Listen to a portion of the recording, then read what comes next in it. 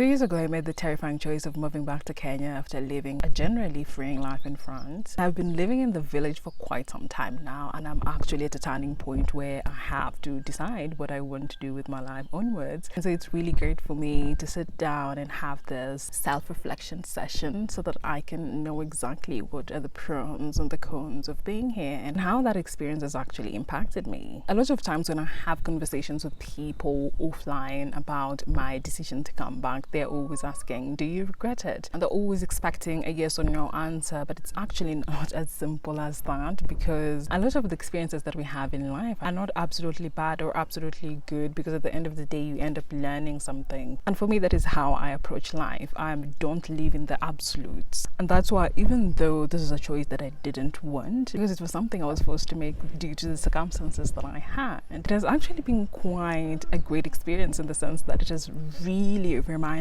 me the reality of life in this country. And one of them is exactly what I'm experiencing right now, which is the loud noises. I'm hearing the vehicles on the road, which is quite farther away. And I remember one of the things I used to think is like, oh, back in the village we don't even have a lot of noise, because I was living in the city while I was in France and it's always so noisy. Look, it's always noisy here. It's just a different type of noise, but not really different, because now you're hearing vehicles on the road, something that you always hear in the city. But you see, one of the things that you go through when you are abroad is that it gets to a point where things are so hard that you start having false memories of things. You start misremembering things, and you start thinking that your home country is much better. You start forgetting why exactly you left and you start telling yourself, maybe if I went back I would have a better life. And I was actually starting to get to that point, but I'm really glad I came back and I was able to just snap back to reality and see things for what they are. And that's why you always see that when a lot of people go abroad, all of a sudden they start loving their home countries.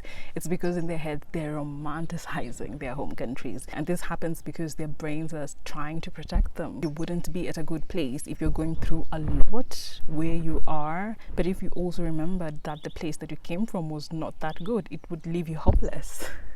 And so I'm really glad that now I am rooted in reality, and going forward I can make decisions based on reality. One of the things that I was also fantasizing about was the weather. I used to be like, oh my god, I left behind an all year round, absolutely perfect sunny weather. That's not the truth. The past 2 weeks here in the village have been so bad because it was so cold. We were getting 4-degree kind of weather. My feet were so cold for about 3 consecutive days, freezing cold, that I had to sleep with 2 warm socks. That is not a great all year round weather. But the reality is that you will always adapt wherever you are. Even if you go to a country that has really bad winters, after some time you'll get used to it.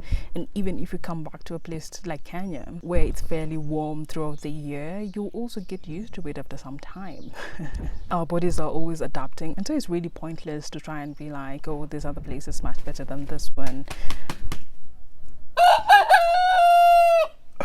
Because it doesn't work like that. And this also extends to the fantasy that you might have about your own family members. A lot of the times you think that the relationships that you had are going to remain, but a lot of times no. A lot of people just move on without you because they're also living their lives. And this also largely ties in with the pressure that you might feel with black tax. Coming back has really opened my eyes, especially to how a lot of my family members think about me and how they're treating me. Now they think that I'm a failure. I can't imagine that I could be wasting my time pushing myself to the point of depression, trying to make money, to send money to people who don't even see me as a human being. Realizing how sometimes we just put a lot of pressure on ourselves for no reason. It's actually not for no reason. You know, when it comes to something like black tax, I've also realized that many times it's a choice.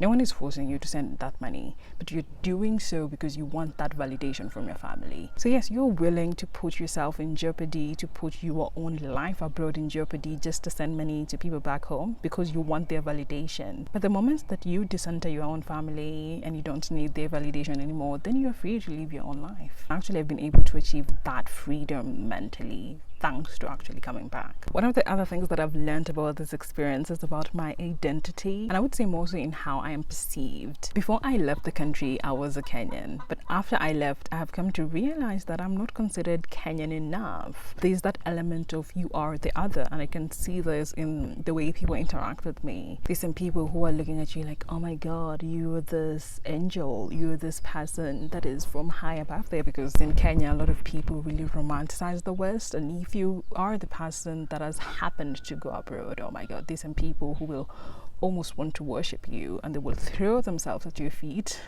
just so that they can be in proximity to someone who has tasted the West a little bit. But at the same time, there's some people who are very jealous of the fact that you got that opportunity, and so they actually see you as a threat. And I've seen this a lot when it comes to work. There's some people who think that if they bring you on a project, you're going to outshine them, and so even if you're qualified, even if you're someone that has the skills that they need, they would rather not employ you or bring you on that project because they feel threatened by you. And I remember there's a project proposal I went to present somewhere, and the presentation went well, everything was fine, until I got to the end and they started asking me where I studied. And of course I was very open. I told them that I'd also done my master's abroad, and the moment I mentioned that, you could just see the change in mood, and you already know, this is not going to go well. I'm not going to get this.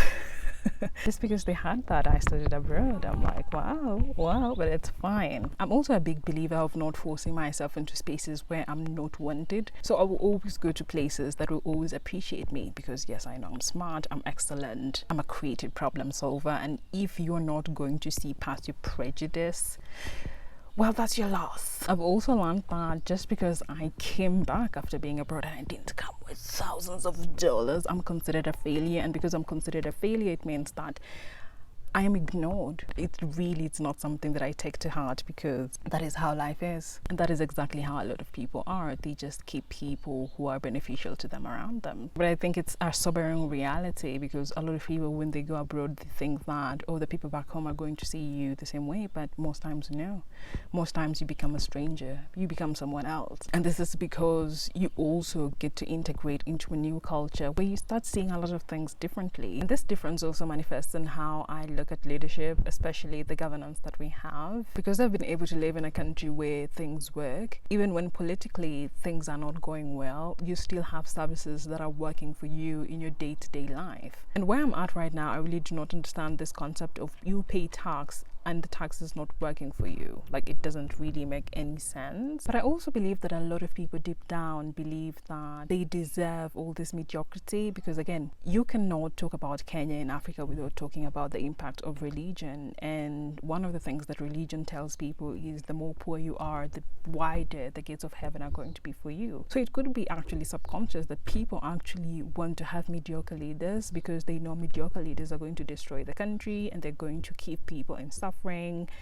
And people want that suffering because they know that suffering is going to be what helps them to get into heaven. And I've spoken a lot about the roots of the problems that are ailing, whether it's Kenya or Africa, in many other videos. I'm not going to be repeating that. But what I find really interesting is that each and every time I try to point out these mediocrities, a lot of people want to treat me as if I'm the villain. They're like, oh, you think you're better than us because you went abroad. I'm like, no, I'm pointing out what other Kenyans can see. But the problem becomes, because they see you as an other, they think that, oh, you do not have a right to actually pinpoint the problems that we have. I've actually been accused of being, oh, you're always pointing out the problems, where are the solutions? And I'm like, I have given you 1,001 solutions. But again, you also don't want to listen to me because you think that I am too westernized.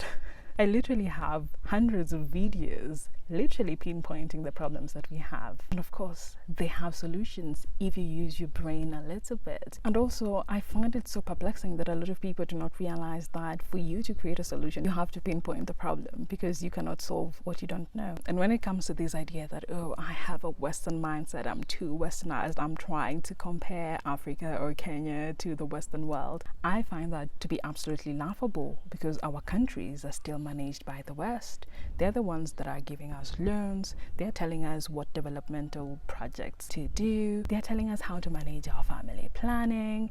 the West is managing our countries, but you are so concerned about my Western mindset. What kind of hypocrisy is that? In fact, doesn't that mean that people who have lived abroad are more qualified to actually speak about how to solve the problems that we have in Africa, in Kenya? Because we do understand the Western mind, and we can solve problems that protect us from what the West is trying to do to our countries. And of course, I'm speaking to people who have lived in Western countries. One of the shocks that I've actually gotten while here in Kenya is how banks just steal from you. Like, they just steal your money. They take your money from your account for no reason. This has happened to me thrice. And each and every time I've had to call and be like, why did you deduct this money from my account? And they look clueless. And they return the money because I call them. They actually take people's money because they think that people are not checking their accounts. But you know me, I'm checking. That has happened 3 times. That is not a mistake. There's a lot of fraud that happens in banking. There's some employees that will actually pretend that they are upgrading you to something, and then they will deduct that money, but they've not upgraded you to whatever they told you because it's not something official. And this is why in a lot of my videos where I've spoken about the governance in Kenya, I always say you cannot blame Kenyan leaders without really looking at the roots, and the roots is the people. Majority of people are corrupt, even in their day-to-day, even in their own work. There's a huge lack of self-discipline.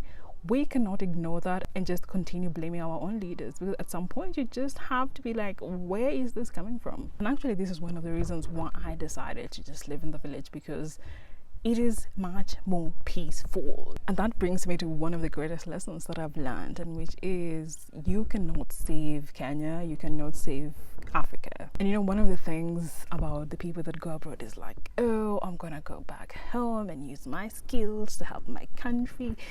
But when you come here, you realize pretty quickly that is actually not possible, because you can't force people to see themselves in the way that you see them. One of the key things that happens to you as an African when you go to a lot of these Western countries, you actually realize they're not superior. Africans are equally brilliant, or should I say, even better than them. I believe I did experience some sort of cognitive dissonance when I got to France, and I was like, these people don't even work that hard. They work hard, but not as hard as the people in Kenya work. A lot of people in Kenya work over 10 hours a day, and yet we have a country that's not working for us. Why? When I started to see such kinds of things, seeing that someone that has a small neighborhood bakery can afford to go on holiday for 3 weeks in August, fully closed, that really did something to my brain, because I was like, no, we are being lied to. We are being lied to. There's absolutely no way that back in Kenya people are working much harder than the ones in France, but it is France that is being called the first world country. No. But you also see that a lot of French people have fought for their own rights. They fought for them. They didn't wait for anyone to come and hand it to them. They didn't wait for a politician to hand it to them. They themselves, they go practically on strike almost every weekend, because for them, they know that their voice matters and their lives matter, and they fought for that. And their governments listen. Do the governments listen all the time? No. But do they give up? No. And this really taught me that if you want something, you have to fight for it. And fighting for it is not just speaking on social media. It's not just going out to the streets. It's also calling the elected representatives and not harassing influencers to speak up, because those are not the ones that you elected to represent you. It's also pushing for laws to hold people who are corrupt accountable, strict laws. But again, a lot of Kenyans do not want good leaders because they themselves, they want to practice corruption in their day-to-day lives and get away with it. This is one of those things that is really heartbreaking, because it's like we could have better if we wanted to. But again, you can't save people that do not want to be saved. When you look at how activists are treated in Kenya, my goodness, the things that people say about them, I'm like, these are people that have decided to use their lives to fight for their country. But you were saying such horrible things about them. It's like, you don't deserve to be saved by anyone. You don't. And as much as I know that there's so much that we can do with our own countries, because we have so much. I mean, when you look at the tourism industry, right now, we're still talking about the safaris. These are things that were introduced by the British. We have not advanced in any way in our storytelling. We're at a point where we should be selling athletics and agriculture as tourism verticals. We have all the resources. The storytelling isn't there. And you know, the storytelling isn't there because in a country like Kenya, art storytelling, creativity. These are things that are actually undermined. And so what we're really seeing is the consequences of our own actions, or should I say, of the prescriptions of Kenyan society. Because when you tell people not to really care about stories, you're seeing where we are. Because when you go to a lot of these countries out here, you realize that the only thing that they have is good storytelling. All these things that are selling you, the fantasy, the dreams, you're like, oh my god, I want to go to America, the American dream, I want to go to Paris, the Eiffel Tower, oh, romance. All these things are stories. They're just stories in marketing. But because this country has always dehumanized sociology, philosophy, art, creativity, that's why we have so much, but we're doing nothing with it. And actually other people are seeing the potential that we have, that right now actually had that there's someone that came from another country and has the trademark for Muratina, the local alcohol that is drunk by the Kikuyus. How does that happen? Well, that happens in a country that doesn't value creativity and ideas. I've been sitting under the sun for so long, my god, I need to wrap this up. The other lesson that I've learned, and this has been really a big wake-up call, is my experience as a woman in this country. Over the past years, we've been seeing over and over a lot of things that show you that this country doesn't care for women. Femicide has been a problem, but no one is actually addressing it. No one cares about it. I made a couple of videos myself about this, and the kind of responses that I got from it was so heartbreaking that I decided that if I'm not going to be valued as a human being because I'm a woman in this country, then this country doesn't deserve me to use my voice to make it better. Because I do not understand fighting for a better country. And if that country becomes better, I'm still not going to be treated as a human being just because I'm a woman.